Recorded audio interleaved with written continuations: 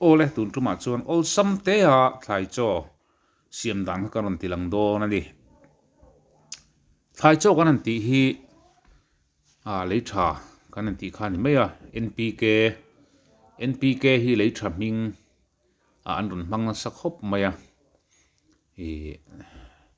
khai cho mà mọi nutrients mình khai này N hi nitrogen, P phosphorus, K potassium thì nó mấy khai này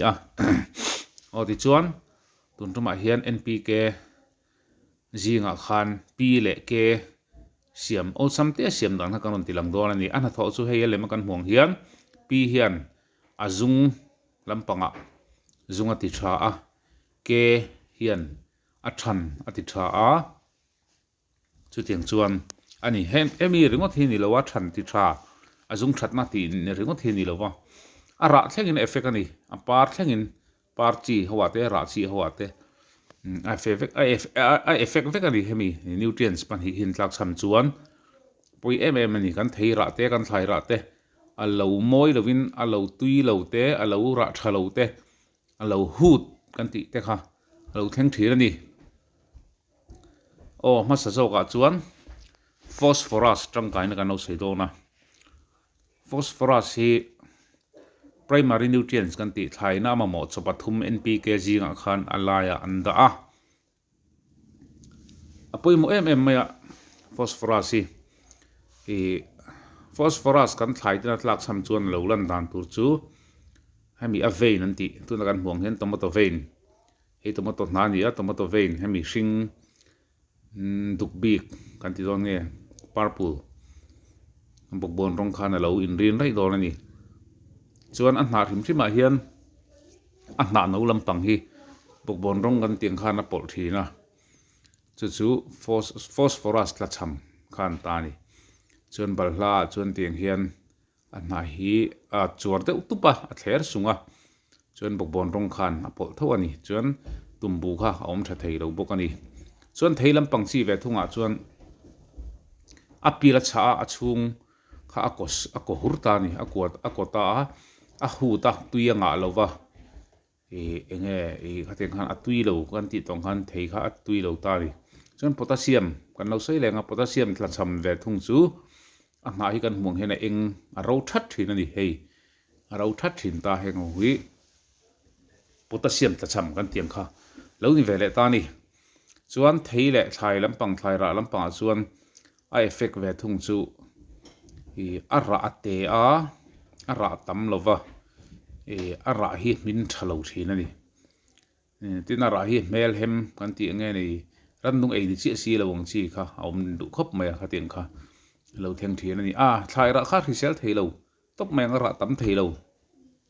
pangpar po ni se par moi lo deuh bi ka a par te a chu tiang zel chuan hemi te nutrients pan hi pi le ke na tho kha an ta ni ti chuan a siam dan kan lo ti langa nga hol sam te siam dan kha kan ma mo te chu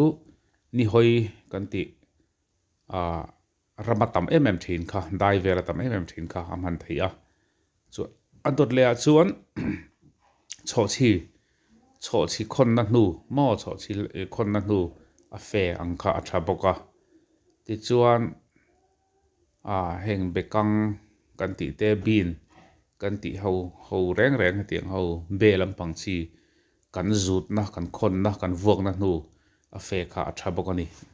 henga hian phosphorus kha atam ma chu a tha ani a siam dan kan ron tilang do na ngun te win kan lo thir don ya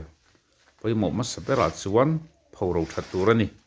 chuan kan hal do ani hi kan halanga chuan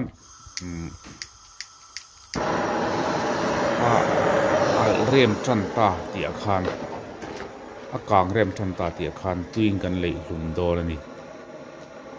hetiang hi khochak lampang hian an ur em maya an agriculture waste kan ti kha pai mai lovin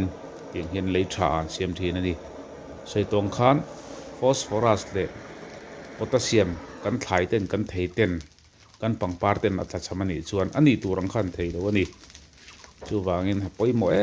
a than luam na chu ni lova ama ero chu ara chi alo ni chuan ara thatna kan ti kha ani ta ni chu se thlum te pawh han peila ara kha thaton ta ni hemi a hut kan ti ho tele a ke puk puk kan ti hemi thlai ra ron ke thin mo khatiang chi te pawh kha heng tlak chambang te pawh hi ani thei ani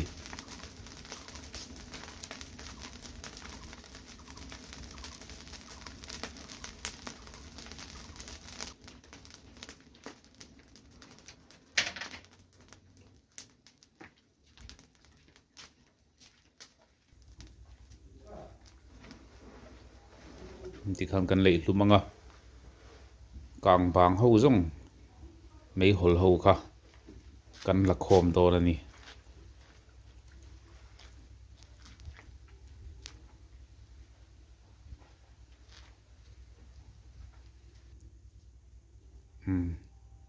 heng hi mei hol chu ni a hei hei hi a hol chu ni hei hi tui a chim chin ai sang hlek kan leiang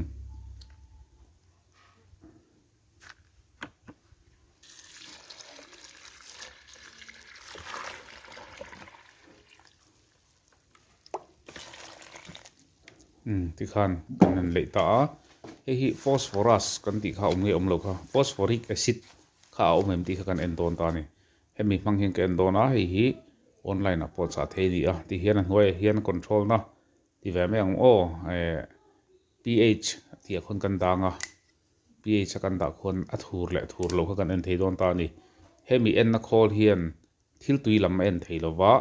thil sakhat nong si kha en thei ta ni chu wangin mei hol kha en thei don ta i dinglam pangkhu a ko chuan khumi kok tu khuan asana khuan acid om ti na alo in don ta ni veilam pang a ko tlat chuan om lo ti na han don o khu ko zak zak hi mo hei kan hmong hian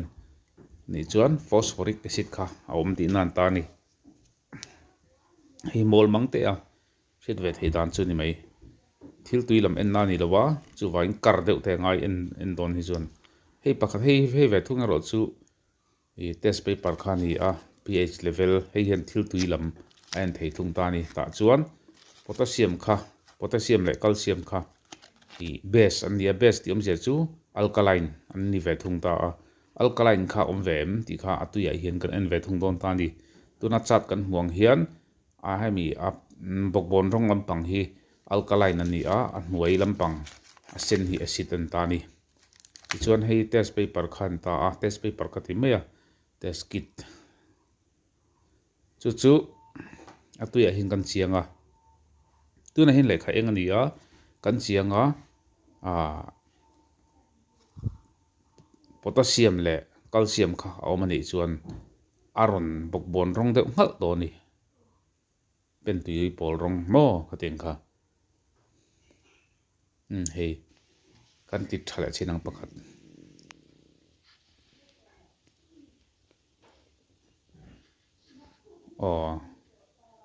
hei bokbon rong ngal hi he ta khan mi tara khan kan en chinang kan en mil chinanga en zat nge en parcel ti maila yang vel nge om kan ti chuan 13 vel nen hin rong in ang khop mai sang ber da tu ani ene thave khop mai o ti chuan hei hi tu ya pol dal tur ani liter soma ml som nga vel ka polati hian ka pe thin ani ole khati zong kha ani